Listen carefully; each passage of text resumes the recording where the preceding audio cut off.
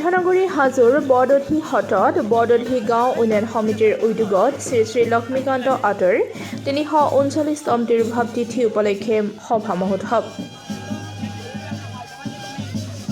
হাজোৰ বৰদধিস্থিত বৰদধি হ্ৰদৰ ৰাজহুৱা মণিকূট প্ৰাংগণত বৰদধি গাঁও উন্নয়ন সমিতিৰ উদ্যোগত শ্ৰী শ্ৰী লক্ষ্মীকান্ত আটৰ 339তম তিৰুভাৱ তিথি উপলক্ষে সভা মহোৎসৱভাগী সম্পন্ন কৰা হয়।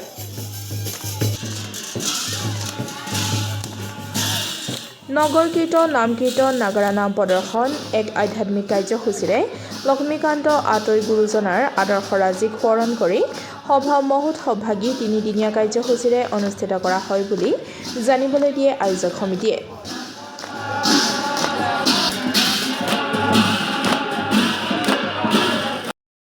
উদ্যোগত অনুষ্ঠিত লক্ষ্মীকান্ত আটৈৰ তিৰুভাৱ এই মহোৎসৱত আহি ইয়াত ৰাইজৰ সৈতে ময়ো সেৱা ল'লোঁ আৰু ইয়াত বৰদধি গাঁওবাসীয়ে বিপুলভাৱে আদৰণি জনাইছে, মৰম দিছে, আশীৰ্বাদ দিছে আৰু ৰাজহুৱাভাৱে মোক আজি ইয়াত ভাৰতীয় জনতা পাৰ্টীৰ যোগদানৰ পিছত এই ৰাইজৰ এই অনুষ্ঠানত মোক ৰাজহুৱাভাৱে সম্বোধন জনাইছে। ৰাইজক মই বিশেষভাৱে সেৱা জনাইছোঁ, কৃতজ্ঞতা জনাইছোঁ যে ভাৰতীয় জনতা পাৰ্টীৰ যোগদানৰ পিছত মোক এনেধৰণে ৰাইজে আদৰ দিছে, মৰম দিছে। তাৰ কাৰণে মই ৰাইজৰ সদায় আশীষ বিচাৰিছোঁ আৰু ৰাজনৈতিক জীৱনত আগুৱাই যোৱাৰ ক্ষেত্ৰত এই ৰাজহুৱা সম্বৰ্ধনাই মোক প্ৰেৰণা দিব, সাহস দিব আৰু ভাৰতীয় জনতা পাৰ্টীৰ যিহেতু বিশ্বৰ ভিতৰতে এটা বৃহৎ ৰাজনৈতিক দল আৰু ভাৰতবৰ্ষৰ প্ৰধানমন্ত্ৰী নৰেন্দ্ৰ মোদী ডাঙৰীয়া আৰু অসমৰ জনপ্ৰিয় মুখ্যমন্ত্ৰী ডক্টৰ হিমন্ত বিশ্ব শৰ্মাৰ নেতৃত্বত এতিয়া সমগ্ৰ দেশৰ লগতে আজি অসমতো বিশেষকৈ হাজো অঞ্চলতো সুশাসন আৰু উন্নয়নৰ এটা জোৱাৰ উঠিছে। এনেকুৱা এটা ৰাজনৈতিক দলত যোগদান কৰি ৰাইজৰ সেৱা কৰাৰ যি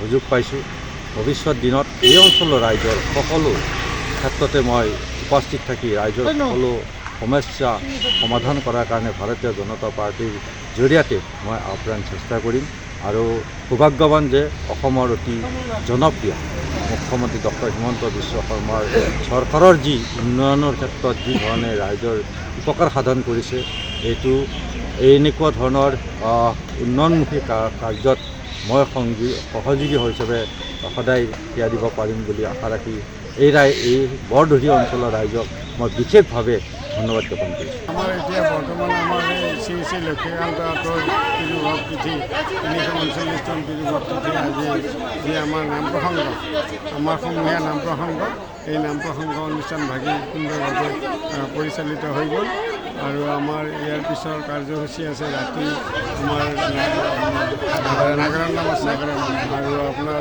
সন্ধিয়া সাংস্কৃতিক অনুষ্ঠান আছে পিছৰ ফালে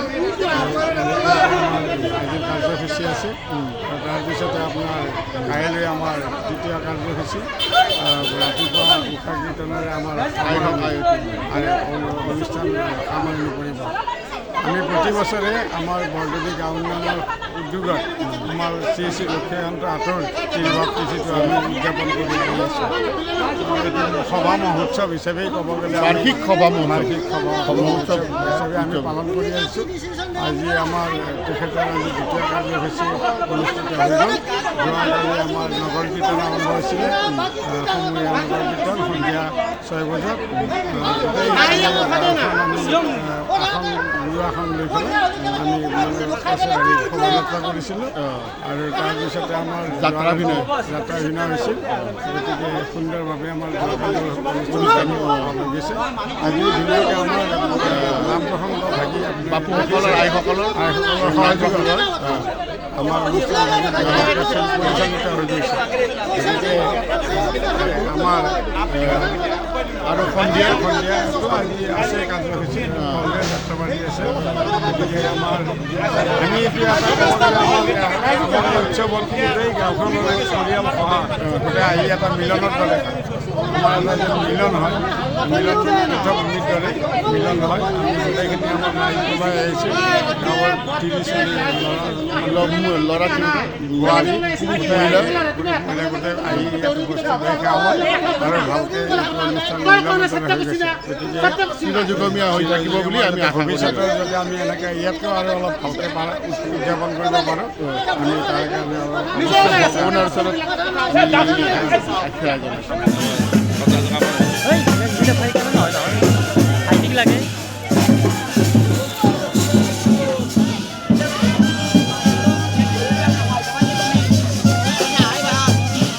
হাজোৰ পৰা অনামিকা কলিতাৰ ৰিপৰ্ট ডেম'ক্ৰেটিক আছাম।